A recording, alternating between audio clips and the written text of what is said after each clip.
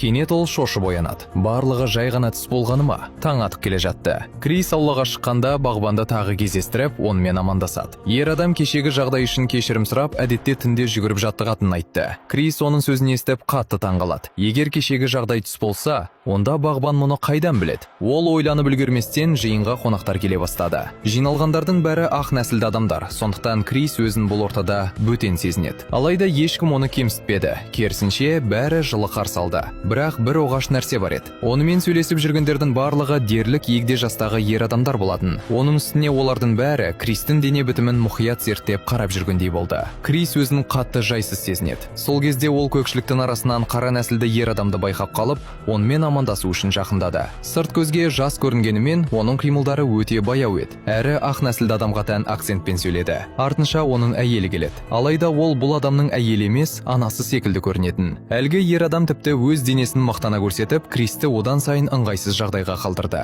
Крис жоғарыға көтеріліп, біраз демалып алуды шешеді. Бірақ баспалдақпен көтеріле бергенде тағы бір сұмдық жағдай болды. Ол жоғары көтерілген сәтте төмендегі у-шу сап тыйылып, жұрттың бәрі оның әр қадамын тыңдап тұрғандай болады. Крис жатын бөлмеге кіргенде үй қызметшісі оның телефонының қуаттағыштан суырып тастағанын көрді. Кенет есік алдында әлгі әйел пайда болып кешірім сұрайды. Бірақ оның жымиғаны Кристің денесін түршіктірді. Ол бұрын-соңды мұндай қорқынышты күлкіні көрмеген еді. Әйел күлгенімен көзінен жас ағып тұрды. Қызметші шығып кеткен соң Крис оны есі ауысқан адам шығар деп ойлап, бұл жағдайды елемеуге тырысады. Біраздан кейін төменге түскенде әлгі қара нәсілді ер адамды қайта көрді. Крис оны жасырын суретке түсірмек болып камерасын қосады. Телефон жарығы жарқ еткен сәтте ер адам кенет өзін ұстай алмай қалды. Ол жігітке тап беріп, бұл жерден тезірек кет деп айқайлап жатты. Сүйіктісінің әкесі бұл ер адамның эпилепсиямен ауыратынын және камераның жарқылы оның ұстамасын қоздыратынын түсіндіреді. Көп ұзамай әлгі ер адам гипноз жасалған бөлмеден шығып келіп, қайтадан әдепті әрі сабырлы қалпына түсті.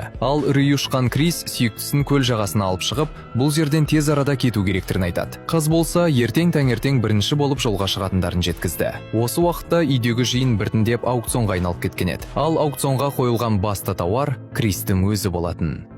Фильмнің атауы «Прочь».